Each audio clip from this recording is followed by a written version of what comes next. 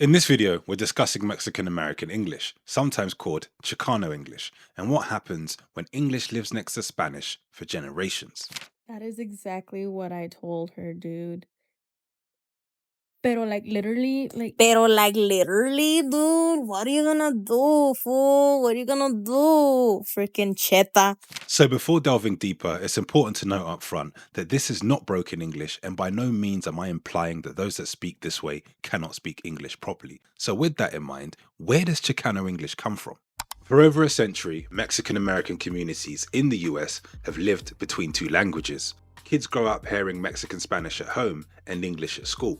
Sometimes they're punished for speaking Spanish, sometimes they're told to sound more American in class, at work, or on TV. Now repeat that, generation after generation. Here's what happens.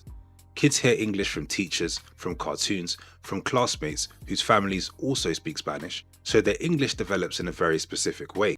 It follows English grammar most of the time, and it uses mostly English vocabulary, but it sounds different. The vowels, the rhythm, and the melody, all influenced by Mexican Spanish. But it's not broken English, nor is it Spanglish. It's Chicano English, a real systemic accent shaped by history, identity, and culture. So with that context in mind, let's discuss some key components of Chicano English. So the first feature is vowel elongation. We do this as well with standard English, but Mexican American speakers have that added Spanish flair. Listen to these clips. Yeah.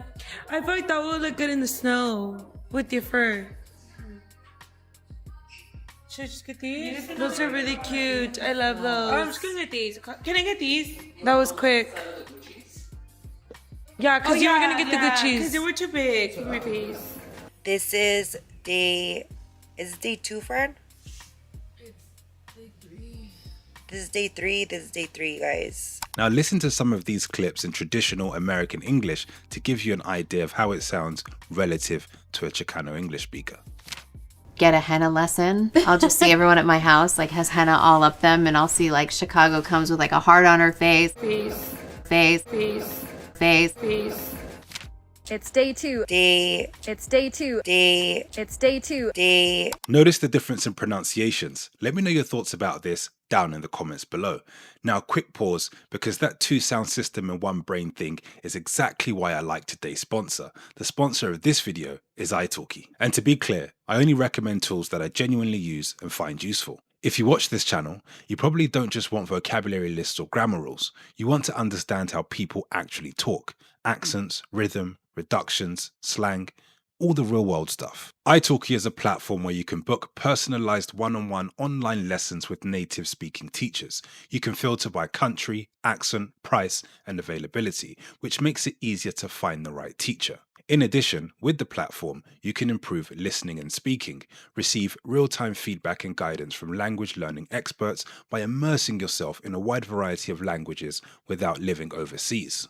What I personally like is the flexibility. You're not locked into a big course. You pay per lesson and can book sessions that fit your schedule, whether that's a short 30-minute session or a longer one, and try different teachers until you find what works. This is what I've been doing to perfect my Spanish. Es algo que pasó hace 10 años. Porque voy a hablar de eso.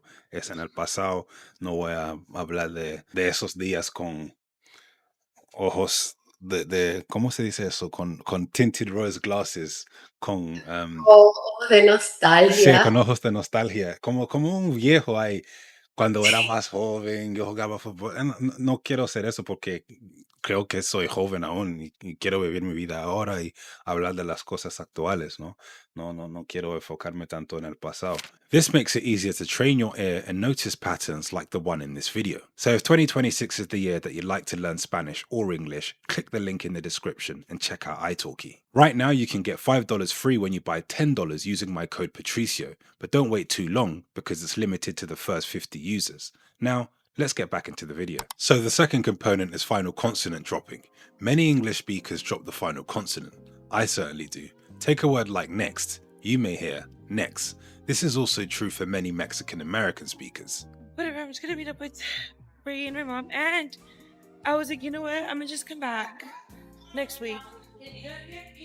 You guys already know how skincare focused I've been this year, but that does not just stop at the face, which is why I'm so excited to be working with Deb to share with you this amazing new product. There's a good majority of homeless people that do got jobs. They do work construction. They do work at stores or whatever. They didn't. Nobody knew that I did tattoos. Everybody just judging me, you know, whether he must have just got out of jail or he's Now what's interesting about this feature is that when you listen to Spanish dominant Mexican speaking, they may try to fully pronounce each consonant, but this isn't the case with Chicano English speakers. Let me know what you think about this feature down in the comments below. While there, if you're enjoying this video, give it a thumbs up and subscribe to the channel if you haven't already. So the third feature is a unique intonation and melody. Spanish often has a more noticeable pitch movement. Questions rise more clearly, statements can have a wave-like pattern. So in Mexican American English you might hear a bit more pitch movement in the middle of sentences, questions with a clearer rise, and emotional emphasis placed in slightly different spots. Listen to this clip. So do you ride her on the weekend? I do. So me and my husband, so we are in a car club and we ride. Yes, on the weekends. We're always at Whittier Boulevard. Before lowrider culture, it was all about kind of gangs. But nowadays, everybody just comes together as one, and it's wonderful. You know, and it feels good to go low riding with everybody. That's one of my club sisters. Oh, no. Now the fourth feature, which is my favorite, is the usage of Mexican slang. It's not unusual to hear somebody who speaks Chicano English use words like no mames, chingona, or güey. I'm a Cali girl, I cannot, it is so cold. I need to do my TikTok right now. And this altitude, no mames. Damn, this is gonna get me into some fellow right here.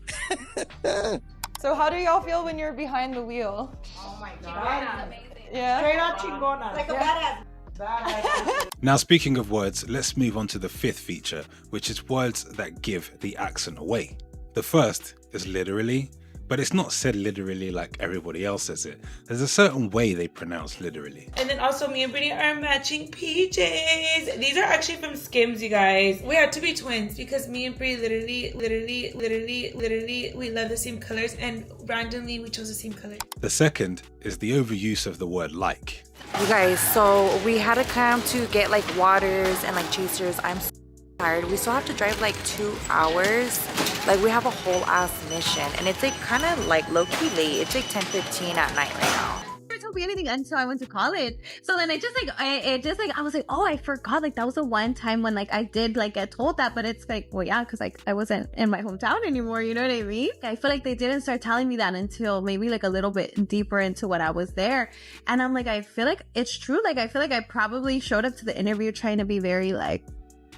The third is the usage of the words you know to confirm whether you understood something or whether you agree with something. Yeah, like you show respect while you're right here.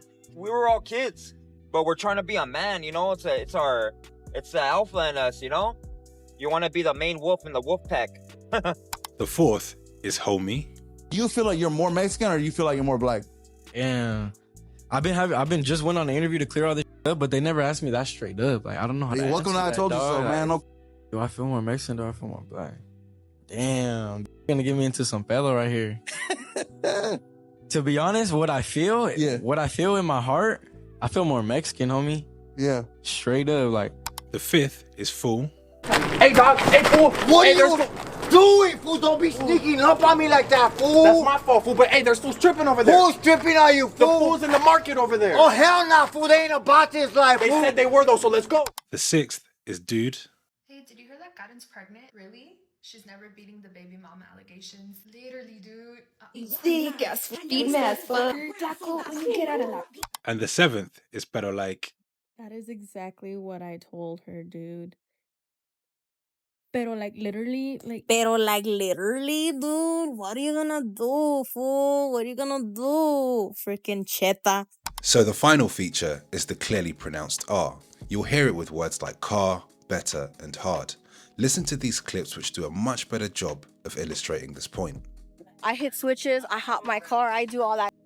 And my husband works on my car, so he's at home working on the car. Okay. He's my mechanic. He's my, my go-to. On my car, I have two pumps, and my car does this with weight. This is about how my car looks when I three-wheel it. The dialect is characterized by having direct translations from Spanish for English phrases. So for example, instead of saying get out of the car, a Miami English speaker would say get down from the car. When I showed up to pay my respects, I saw my family there, didn't know they were gonna be there. I saw my mother, my brothers, my sisters. They looked at me like they saw a ghost. Now, to be clear, not all Chicano English speakers sound alike. How they sound will depend on education, individual cultural context, where they grew up, and how old they are. What would be interesting to know, however, is what you guys think about this accent down in the comments below. If you enjoyed this video, feel free to share it to somebody else who may find it interesting. I'm going to link all my other accent explained videos up here. As always, don't forget to like this video and subscribe to the channel if you haven't already. I will see you in the next one. Peace.